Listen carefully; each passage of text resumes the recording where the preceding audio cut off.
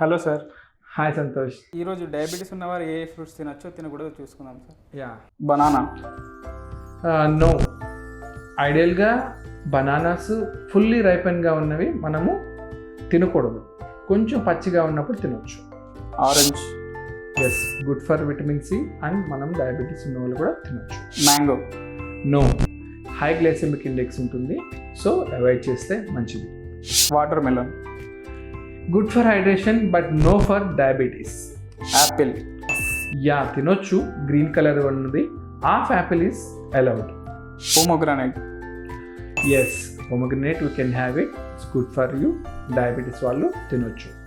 And last one is papaya. Papaya we can have it. మనకి కొంతమందికి పడదు అంటారు, కానీ పడిన వాళ్ళందరూ కూడా తినొచ్చు. బట్ ఏ ఫ్రూట్ అయినా ఐడియల్గా 200 grams పర్ డే తీసుకుంటే మంచిది.